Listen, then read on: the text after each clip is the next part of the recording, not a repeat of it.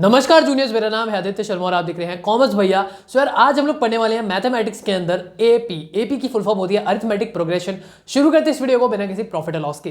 सो भाई वैसे तो एपी का एग्जाम के अंदर ज्यादा क्वेश्चन नहीं आएंगे, आप लोगों का सिर्फ और सिर्फ एक ही सिंपल सा क्वेश्चन आने वाला है। बट फिर भी मेरे से जितना ज्यादा हो सका मैंने रिसर्च करके उतने सारे आप लोगों के लिए क्वेश्चन निकाल लिए हैं और मैंने प्रीवियस ईयर क्वेश्चन भी देख लिए हैं, तो मैं उसी के हिसाब से आप लोगों को कराने वाला हूँ। और मैं आप लोगों को ये भी बताऊंगा कि कैसा क्वेश्चन आप लोगों का इसी साल जो लास्ट एग्जाम हुए थे उनके अंदर आया भी था। सो हम लोग स्टार्ट करते हैं एपी होता क्या। सबसे पहले तो मैं आप लोगों को यही रिवाइज कराया था क्योंकि आप लोगों ने लास्ट एपी जो पढ़ा था वो क्लास 10th के अंदर पढ़ा था या फिर अपनी कॉलेज की क्लास के अंदर पढ़ा होगा। सो एपी क्या होता है सबसे पहले मैं आप लोगों को बता दूं। भाई देखो, अगर हमने कोई भी सीरीज ले ली, जैसे कि ये सीरीज है 2 4 6 8 10 आगे 12 मतलब 2 का टेबल बेसिकली, ठीक है, वो आगे जाता जाएगा, ठीक है, इनफाइनाइट टर्म्स तक ये जाता जाएगा। ये एक सीक्वेंस है, ठीक है। अब ये सीरीज जो है हमारी जो आगे तक जाती जाएगी, अब इसके अंदर हम लोग a2 माइनस a1 कर देंगे। a2 कौन सा है हमारा 4, a1 कौन सा है हमारा 2, मतलब इसके अंदर जो सबसे पहली टर्म होती है उसको हम बोलते हैं a1 या फिर a बोल सकते हो आप लोग। सो बेसिकली हम लोग अगर इनमें से कोई भी दो टर्म्स को माइनस करेंगे ना तो हमारा आंसर क्या आएगा 2 सबके अंदर। चाहे मैं a2 माइनस a1 कर दूं, चाहे मैं a3 माइनस a2 कर दूं, चाहे मैं a4 माइनस a3 कर दूं या फिर मैं a5 माइनस a4 कर दूं, जितनी भी टर्म्स को मैं ऐसे माइनस करते जाऊंगा, मतलब उसके पिछले वाले टर्म को अगर मैं उससे माइनस करते जाऊंगा तो आंसर कितना आएगा 2 आएगा, ठीक है। तो इसी को हम लोग बोलते हैं बेसिकली अरिथमेटिक प्रोग्रेशन। अब इसके अंदर एक फॉर्मूला है आप लोगों का जनरल टर्म का। जनरल टर्म मतलब मान लो मैं आपसे कहता हूं कि भाई आपको मैं एक सीरीज देने वाला हूं, इस सीरीज के अंदर मेरे को उस टर्म का नंबर बताओ या फिर उस टर्म पे कौन सा नंबर आने वाला है मेरे को ये बताओ, ठीक है। मैं आप लोगों को कहूंगा कि भाई एक काम करते हैं, एक सीरीज है 3 6 9 18, मतलब ऐसे ऐसे करके, मतलब 3 6 9 12 15 18 ऐसे करके एक पूरी सीरीज है। ये सीरीज जा रही है बहुत ही एंड तक, मतलब बहुत आगे तक ये सीरीज जा रही है, 300 तक या फिर 600 तक 900 तक ये सीरीज जाने वाली है। इसमें मैं आप लोगों को कोई भी एक टर्म बोलूंगा, उस टर्म पे कौन सा डिजिट आता, कौन सा नंबर आता, मेरे को वो बताओ। अब आपको कि भैया ये तो बहुत ही कंफ्यूजिंग है, इसको तो हम कैसे बताएंगे, इसको हम कैसे सॉल्व करेंगे, उसके लिए आप लोगों को एक फॉर्मूला दे रखा है जो कि होता है जनरल टर्म का। जनरल टर्म क्या होती है, इसको हम बोलते हैं ए एन। इसका फॉर्मूला क्या होता है a plus n minus 1 D. अब ये a क्या है, a मतलब मैंने आपको बताया फर्स्ट टर्म जो होती है हमारी। n क्या है, n आप लोगों को होता है ऐसी, जस्ट आप लोगों को n को जानने की जरूरत नहीं है, n के अंदर कुछ नहीं लिखेंगे, खाली छोड़ देंगे, सिर्फ n ही लिखेंगे। नेक्स्ट हमारा डी क्या होता है, डी होता है हमारा कॉमन डिफरेंस, कॉमन फैक्टर, कुछ भी कह सकते हो आप। इन दोनों के बीच में जो डिफरेंस आएगा उसको हम लोग बोलते हैं डी। अब चलते हैं हमारे पहले क्वेश्चन के ऊपर जो कि कह रहा है show that 7 2 -3 -8 is AP and find the general term. अभी कह रहा है सबसे पहले तो इसको प्रूव करके दिखाओ कि ये एक एपी है। दूसरी चीज मतलब ये सीरीज एक एपी है और दूसरा कह रहा है उसका जनरल टर्म निकालो। अब भैया इसको कैसे सॉल्व करेंगे, तो आइए मैं आपको सॉल्व करके दिखा देता हूँ जल्दी से। इसका हम लोग लिखेंगे सॉल्यूशन। अब आप लोगों को अगर सॉल्व करना है तो आप करेंगे a2 माइनस a1, मतलब अगर आप लोगों को ये बताना है ये एक एपी है या फिर नहीं है तो हम लोगों को क्या करना है, ऐसे करना है, मतलब जो हमारी सेकंड टर्म होगी उसको फर्स्ट टर्म से माइनस करना है। अब इसके अंदर सबसे ज्यादा जो गलतियां बच्चे करते हैं वो क्या करते हैं, पहली टर्म को ही, क्योंकि उल्टा जाएगा तो माइनस में आंसर आएगा, तो बच्चे गलती क्या करते हैं 7 - 2 कर देते हैं। वो आपको नहीं करना है, आपको 2 - 7 ही करना है। अब अगर 7 में से 2 गए, हम लोग नॉर्मली भी देखें 7 में से हमारे 2 गए तो 5 आता है, और अगर उसको उल्टा करेंगे तो -5 आएगा, ठीक है। अब अगर मैं एक और टर्म को ले लूँ जो कि हमारी a3 - a2, इसको भी अगर हम करके देखें -3 - 2, जो कि आंसर क्या आएगा -5। सेम अगर आप इन दोनों के साथ भी करेंगे तो भी आप लोगों का आंसर सेम ही आएगा। सो फिलहाल ऐसे करके आप प्रूव कर सकते हैं कि ये एक एपी है, मतलब ये सीक्वेंस और सीरीज ये एक एपी है। अब जनरल टर्म निकालनी है तो हम कैसे निकालेंगे, तो आइए हम लोग निकालते हैं इसकी जनरल टर्म।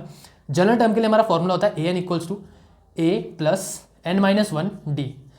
ए में हम लोग डालेंगे हमारी पहली टर्म जो कि है 7 प्लस n माइनस 1 को ऐसे छोड़ देंगे, और डी हमारा कितना आ रहा है -5, ठीक है। कॉमन हमारा डिफरेंस कितना आ रहा है -5 का, -5 का डिफरेंस आ रहा है, वो हमने लिख दिया ऐसी, ठीक है। अब आगे इसको सॉल्व कैसे करेंगे, आगे भी मैं आप लोगों को दिखाता हूँ कैसे सॉल्व करना है।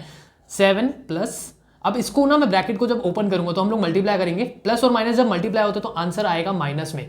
प्लस माइनस माइनस होता है, आप लोगों को बचपन में आप लोगों को टीचर्स ने सिखाया होगा, तो प्लस माइनस माइनस लिखते हैं, और ये हो जाएगा 5 से अगर मैं मल्टीप्लाई करूंगा तो ये हो जाएगा 5n, और दूसरा ये हमारा 5 × 5, लेकिन माइनस माइनस प्लस, तो यहाँ पे हम लिखेंगे 5।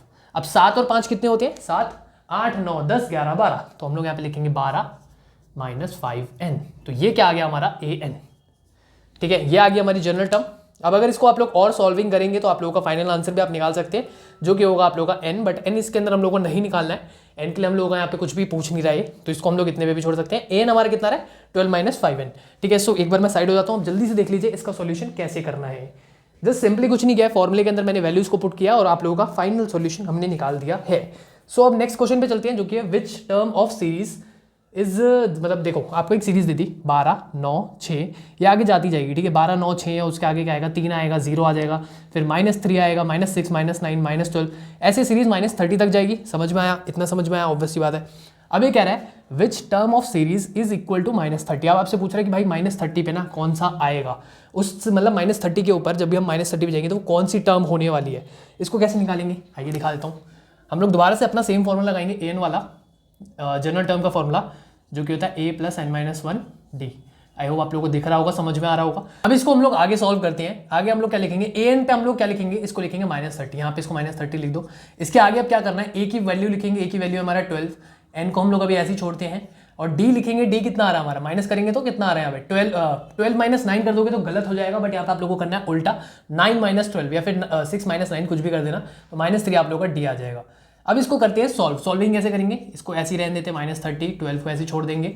अब मल्टीप्लाई करेंगे तो प्लस माइनस माइनस, फिर से अगेन वही माइनस आएगा, यहाँ पे गंदा हो जाता है नहीं बहुत ज़्यादा, यहाँ पे लिखेंगे माइनस, ठीक है। अब 3n हो जाएगा ये, अगर मैं इसको मल्टीप्लाई करूँगा तो माइनस माइनस प्लस हो जाएगा और 3 × 1 = 3 हो जाएगा। अब ये मेरे पास एक इक्वेशन आ रही है, इसको मैं जल्दी से सॉल्व करता हूँ। ये हो जाएगा हमारा 15 - 3n। अगर आप लोगों को थोड़ी सी भी मैथ्स आती है तो आप इसको इजीली सॉल्व कर लेंगे, ठीक है। अब ये देखो, ये आप लोगों का माइनस में है, इसको आप लोग चेंज कर सकते हैं या फिर इसका आप लोग सिंपली क्या कर सकते हैं, इधर से उधर करके आप लोग आंसर निकाल सकते हैं। अब ये दोनों क्या है, प्लस माइनस में है, ठीक है। प्लस माइनस में जब भी होते हैं तो हम लोग एक डिजिट को उधर भेज सकते हैं। ये अगर यहाँ पे माइनस में है, सॉरी ये वाला प्लस में है, तो मैं इसको इधर भेज दूंगा, -30 - 15 = -3n। अब ये क्या हो जाएगा, -45 = -3n, ठीक है। माइनस माइनस में दोनों साइड से काट सकता हूँ, तो मेरा n क्या आ जाएगा, 45/3। अगर इसको आप सॉल्व करेंगे तो आप लोगों का आंसर आ जाएगा। जो भी आप लोगों का n होगा वो आप लोगों को पता चल जाएगा कि n के ऊपर कौन सी टर्म आने वाली है, ठीक है। अगर इसको मैं सॉल्व भी करूँ तो भाई देखो n, अगर मैं 3 को उससे काटूंगा 45 से, तो कितना आएगा मेरा, यहाँ पे आएगा 3 × 1 = 3 और 3 × 5 = 15, तो हमारा आ जाएगा 15।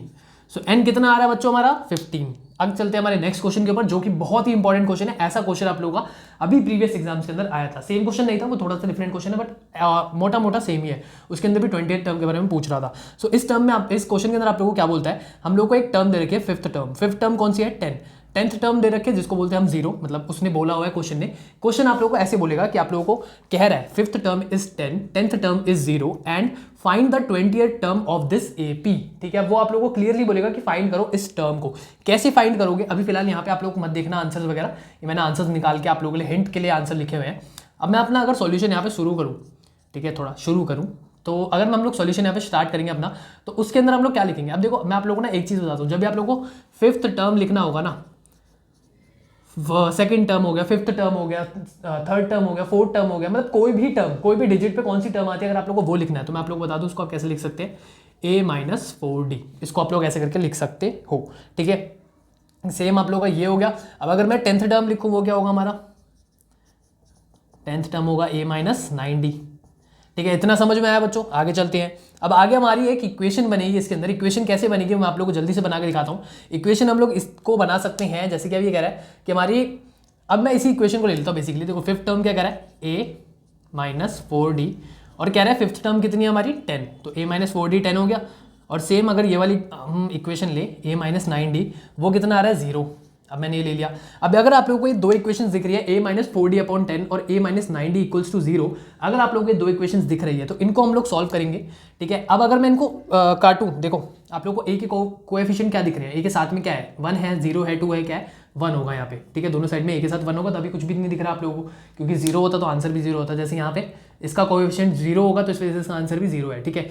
तो यहाँ पे मल्टीप्लाई में a के क्या हो रहा है, 1। कोएफिशिएंट नहीं पता तो मैं सिंपली बता दूं, मल्टीप्लाई में क्या है, a के 1, तभी यहाँ पे आप लोगों को a दिख रहा है। तो अभी मैं फिलहाल इसको नहीं काट सकता। अगर ये मेरी इक्वेशन 1 है, ये इक्वेशन 2 है, अगर मैं इनको सॉल्व करूँ, इक्वेट करूँ, तो मैं अभी तो इनको नहीं काट सकता। अगर मैं इनके साइन चेंज कर दूँ, सबके साइन चेंज करने पड़ेंगे, ये भी याद रखना। अगर मैं इनके साइन चेंज कर दूँ तो अब ये प्लस ही माइनस ही हो गया, काट दिया भैया। अब ये अगर इसको मैं सॉल्व करूँ तो ये क्या होगा, ये बन जाएगा हमारा 9 - 4। 9 - 4 आप लोगों का कितना होता है, 9 - 4 होगा आप लोगों का +9 - 4, ये बन जाएगा आप लोगों का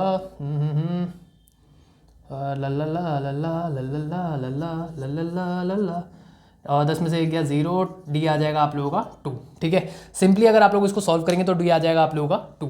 अब d हम लोगों ने निकाल लिया है, d बेसिकली -2 आने वाला है आप लोगों का, क्योंकि हमने यहाँ पे एक छोटी सी मिस्टेक कर दिया है, हम लोग यहाँ पे प्लस लगाना भूल गए, हमने उल्टा लिख दिया है। अब अगर यहाँ पे भी आएगा प्लस तो यहाँ पे आएगा एक माइनस, सेम यहाँ पे हम लोग लिखेंगे माइनस, यहाँ पे तो प्लस, यहाँ पे तो माइनस ही रहेगा, ठीक है। तो 10 में से 0 गई तो ये होगा, और फाइनल आंसर आएगा हमारा -2। अब अगर आई होप आप लोगों को समझ में आ गया होगा, अब यहाँ पे माइनस कैसे आ रहा है, ये वाला माइनस क्यों आया है, क्योंकि बड़े वाले टर्म के पास मतलब 9D के पास माइनस था, बड़ी टर्म के पास जो भी वो होता है सिंबल होता है हम उसी को लेते हैं आगे। तो इस वजह से यहाँ पे अब -2 आ गया, हमारा डी मैच हो गया है, -2 आ चुका है। ए कैसे निकालेंगे, ए को किसी भी मैं एक इक्वेशन में पुट कर दूंगा, जल्दी से करते हैं। a + 4d = 10, इसी में पुट कर देते हैं। a + 4 - 2 = 10। ये कितना हो जाएगा, a - 8 = 10। a कितना हो जाएगा, 10 + 8, a हो जाएगा हमारा 18। सो a भी आ गया अब हमारे पास 18। अब हम लोग को निकालनी है 20th टर्म। 20th टर्म निकालने के लिए, जनरल टर्म निकालने के लिए बेसिकली हम लोग को क्या चाहिए होता था, जनरल। अब देखो आप सोच रहे हो भैया ये इतना सब कुछ क्यों किया आपने, बता तो देते। इतना सब कुछ मैंने इसलिए किया है ताकि मेरे को a और d मिल जाए। a और d अब मेरे मैच हो चुके हैं, मिल भी चुके हैं मेरे को। और a और d हमने क्यों निकाले हैं, ताकि हम उसको इस फॉर्मूला में, जनरल टर्म वाले फॉर्मूला में पुट करें और आंसर निकाल पाए। सो जल्दी से अगर मैं इसको इस फॉर्मूला में पुट करूँ, ठीक है, a कितना है हमारा 18 + n - 1, d कितना आ रहा है बच्चों हमारा, d आ रहा है अब हमारा -2। सो इसको हम लोग जल्दी से अब निकाल देंगे फॉर्मूला में पुट करके। और ये यहाँ पे साथ ही साथ में कह रहा है कि कौन सी टर्म है हमारी, ये 20th टर्म है, ठीक है, या फिर आप इसको लिख भी सकते हैं तो 18। अब इसको मतलब बेसिकली अगर आप सॉल्व करेंगे तो आप लोगों का आंसर आ जाएगा। n कौन सा आ रहा है आप लोगों का, 20th टर्म कौन सी आ रही है, इसको सॉल्व करेंगे तो आप लोगों का फाइनल आंसर क्या आएगा, -20। आप लोगों को मैं बता दूं फाइनल आंसर यहाँ पे मैंने लिख रखा है, तो जल्दी से मैं यहाँ पे डायरेक्टली आप लोगों के लिए फाइनल आंसर लिख देता हूँ -20। अगर सॉल्व नहीं होता है तो आप मेरे से कमेंट बॉक्स में पूछ सकते हैं, मेरे से व्हाट्सएप पे पूछ सकते हैं, मेरे से कहीं पे भी पूछ सकते हैं, मैं आप लोगों को समझा दूंगा इसका फाइनल आंसर -20 कैसे आ रहा है, ठीक है। अब मैं ज़्यादा इन डेप्थ जाऊँगा तो बहुत लंबा टाइम लगेगा। हम लोग नेक्स्ट क्वेश्चन पे चलते हैं। नेक्स्ट क्वेश्चन आप लोगों का, if pth term be Q. अब ये वाला क्वेश्चन है, ध्यान से समझना क्योंकि इसके अंदर प्रूफ करना है। प्रूफ करने वाले के लिए मैंने आंसर आपका ऑलरेडी लिखा हुआ है, आंसर बाद में समझना क्योंकि मैं अभी समझाऊंगा, उसके साथ साथ समझना और कॉपी में नोट डाउन भी करते रहना। अब इसके अंदर क्या कह रहा है, if pth term be Q, हमने pth टर्म को q बना दिया, qth टर्म को p बना दिया। तो ये कह रहा है प्रूफ करो p + qth टर्म, मतलब अगर इन दोनों को जोड़ दे, मान लो ये था 1 और ये था 2, तो 1th टर्म को हमने बना दिया, फर्स्ट टर्म को हमने बना दिया 2 और सेकंड टर्म को हमने बना दिया 1। अब ये कह रहा है अगर हम उनको जोड़ दें, 1 + 2th टर्म निकालें तो उसका जो आंसर आएगा वो 0 आना चाहिए। कैसे निकालेंगे भैया अब इसको हम लोग, सो आओ इसका सॉल्यूशन देखते हैं। सबसे पहले मैंने सिंपली वही लिखा है कि टी ऑफ pth, मतलब pth टर्म q बना दिया हमने और qth टर्म p बना दिया, इक्वेशन लिख दी मैंने। अब देखो इक्वेशन कैसे बन रही है आप लोगों की, अगर मैं टीपी का फॉर्मूला बनाऊं, टीपी का फॉर्मूला क्या बनेगा, यहाँ पे n आना चाहिए, यहाँ पे a n है, ठीक है। तो टीपी का अगर मैं फॉर्मूला बनाऊं बेसिकली क्या बनेगा, ये a + p - 1d = q, ठीक है। सेम मैंने यहाँ पे किया। अगर मैं a q का फॉर्मूला बनाऊं, मतलब q अगर मैं यहाँ पे लिख दूं n में, तो ये क्या फॉर्मूला बनेगा, हमारा जनरल टर्म का फॉर्मूला है और कोई फॉर्मूला नहीं है, a + q - 1d = p।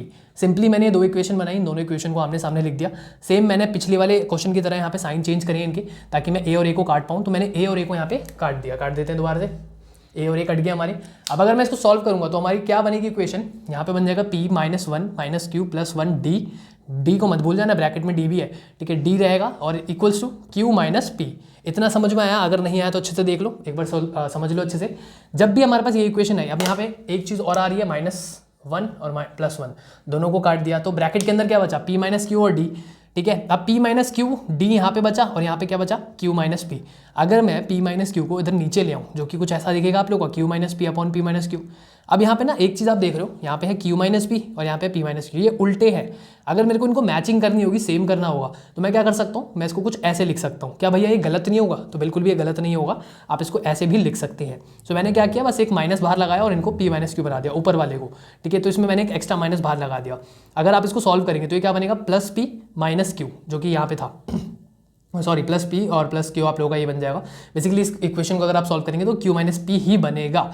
फिर हमारा जब ये बन गया तो मैंने इनको काट दिया दोनों को ऐसे करके, और हमारे पास आंसर में क्या बचा, -1, ठीक है। तो d कितना आया यहाँ पे हमारा, d आ गया -1। अब भैया इतना आ गया, अब आगे क्या करना है, आगे समझते हैं। अब d को कुछ नहीं करेंगे हम लोग, इक्वेशन में पुट कर देंगे कोई भी एक, q वाली में या फिर p वाली में, इन दोनों में से किसी भी एक इक्वेशन में आप पुट कर दीजिए। मैंने ऊपर वाली में पुट कर दिया है, a + p - 1 d = q, a + p - 1, यहाँ पे d की वैल्यू पुट कर दी -1। अब इसको अगर हम लोग सॉल्व करेंगे तो करते करते हमारे पास ये फाइनल इक्वेशन आएगी, q + p - 1। अब ये इक्वेशन जब हमारे पास आई, फिर इस इक्वेशन को इतने पे ही छोड़ देना है, इस इक्वेशन को इसके आगे सॉल्व नहीं करना है। आगे क्या करेंगे, क्योंकि इसके आगे सॉल्व भी नहीं हो सकती, जहाँ पे रुक जाएगा सॉल्विंग होना वहाँ पे रोक देना है। आगे क्या करेंगे, टी ऑफ p + q, मतलब जो हमको निकालना था ना p + q, वही वाली टर्म को लिया। अब उसमें हम लोग वैल्यू पुट करेंगे a + p + q - 1, ठीक है। अब यहाँ पे p + q क्यों आया है, क्योंकि यहाँ पे n होता है, ठीक है, n की वैल्यू लिखिए, ये भी तो n है, ठीक है, n की जगह पे n की वैल्यू डाल दी और सिंपली जनरल टर्म के फॉर्मूले में हमने पुट किया, कुछ अलग नहीं किया है बच्चों। अब यहाँ पे a की वैल्यू हमारे पास ये आ रही थी q plus P minus one, मैंने वही लिखा है यहाँ पे q plus P minus one, plus के बाद हमने यही सेम चीज़ को p plus Q minus one को उतार दिया है और माइनस वन डी की जो वैल्यू थी हमने उसको पुट कर दिया। मतलब अब यहाँ पे हमने क्या किया है, यहाँ पे हम लोग putting the value of A and D कर रहे हैं। इस स्टेप का नाम है putting the value of A and D. फिर हम लोगों ने क्या किया, आप देखो नेक्स्ट स्टेप में ना हमने जस्ट कुछ नहीं किया, ब्रैकेट्स को ठीक से खोल दिया है, इसको मल्टीप्लाई कर दिया है, जिसके बाद हमारे पास एक इक्वेशन आ रही है q प्लस पी। देखो यहाँ पे एक q है एक माइनस q है, दोनों को मैं काट देता हूँ, एक प्लस पी है एक माइनस पी है, दोनों को मैं काट देता हूँ, एक माइनस वन है और एक प्लस वन है, सबको जब काट देंगे तो आंसर में क्या बचा, जीरो। और यहाँ पे हमसे पूछा क्या था, prove that p plus Q at term equals to zero, हमने कर दिया प्रूफ। ध्यान से देख लो इस क्वेश्चन को भी, आई होप आपको ये क्वेश्चन समझ में आया होगा। चलते हैं हमारे नेक्स्ट क्वेश्चन की तरफ। नेक्स्ट क्वेश्चन एक फॉर्मूला पे बेस्ड है, कौन सा फॉर्मूला है, और दो फॉर्मूला पे बेस्ड है एक्चुअली। ये हमारा sum of nth term, sum of nth term का क्या फॉर्मूला होता है हमारा, n/2 2a plus n minus one D. अगर आप लोग ध्यान से देखेंगे तो ये जनरल टर्म के फॉर्मूला से ऑलमोस्ट मैच करता है, बस बाहर आ रहा है n/2 और यहाँ पे 2a एक्स्ट्रा आ रहा है, ठीक है, ऑलमोस्ट सेम सा फॉर्मूला है। अगर आप लोगों को ना लास्ट टर्म दे रखी है किसी भी एपी के अंदर, अगर आप लोगों को लास्ट टर्म दे रखी है तो आप इसी फॉर्मूला को थोड़ा सा ट्विस्ट कर सकते हैं, n/2 a प्लस एल, ठीक है। अब इस क्वेश्चन के थ्रू मतलब इसको सॉल्विंग करने के लिए एक क्वेश्चन मैं आप लोगों को दिखा देता हूँ। क्वेश्चन क्या कहता है आपसे, find the sum of odd integers from 1 से लेकर 2001 तक। अभी कह रहा है ऑड इंटीजर्स, ऑड इंटीजर्स कौन से होते हैं आप लोगों के, ऑड नंबर्स कौन से होते हैं, 1 3 5 7 जो कि मैंने यहाँ पे लिखे भी हुए हैं। तो बेसिकली हमारी सीरीज बन रही है 1 3 5 7 जो कि जा रही है हमारी फाइनल टर्म तक, जो कि है लास्ट टर्म कौन सी हमारी 2001। ए कितना है यहाँ पे 1, डी कितना है 3 माइनस 1 2, एल कितना है 2001। अब ये इसके अंदर बोल रहा है हम लोगों को कि इसका सॉल्व करो, इसका सम निकालो। सम कैसे निकालेंगे, सम निकाल सकते हैं हम लोग इस वाले फॉर्मूला लगा के, क्योंकि हमारे पास लास्ट टर्म भी है। बट इस फॉर्मूला में लगाने के लिए ना ए भी है एल भी है, एन नहीं है हमारे पास। अब एन को भी निकालना पड़ेगा ना, तो एन को हम लोग कैसे निकालेंगे, देखो मैंने यहाँ पे फॉर्मूला में पुट किया, जनरल टर्म के फॉर्मूला में 2001 को यहाँ पे लिख दिया, 1 को मतलब ए की जगह पे 1 लिख दिया, डी की जगह पे 2 लिख दिया, जिससे मेरे पास ये एक इक्वेशन आई 2001 equals to 1 plus 2n minus 2। अगर मैं इसको सॉल्व करूँ तो ये क्या बनेगा, -2 और +2 कितना बनेगा, पहले 2n को लिख देते हैं और ये हो जाएगा आप लोगों का -2 में से एक गया 1 -1 और यहाँ पे बचेगा हमारा ये। अब अगर मैं इसको इधर भेजूंगा तो ये बन जाएगा 2002 इक्वल्स टू 2n, जिससे कि n आ जाएगा हमारा n इक्वल्स टू, काट देंगे अगर उसको तो हम 1001, जो कि मैंने यहाँ पे भी लिखा हुआ है हिंट के लिए, n इक्वल्स टू 1001, ठीक है। इतना समझ में आया, अगर नहीं समझ में आया एक बार जूम करो, दोबारा से समझो, बैक करो, दोबारा से समझो। इतना अगर आप लोग को समझ में आ गया, हम आगे चलते हैं। अब इसको हम लोग सिंपली सम वाले फॉर्मूला में लगा देंगे, सम ऑफ nth टर्म के फॉर्मूला लगाएंगे। n है हमारा 1001, अपॉन में लिखेंगे हम 2, यहाँ पे लिखेंगे 1 प्लस 2001 जो कि हमारी लास्ट टर्म।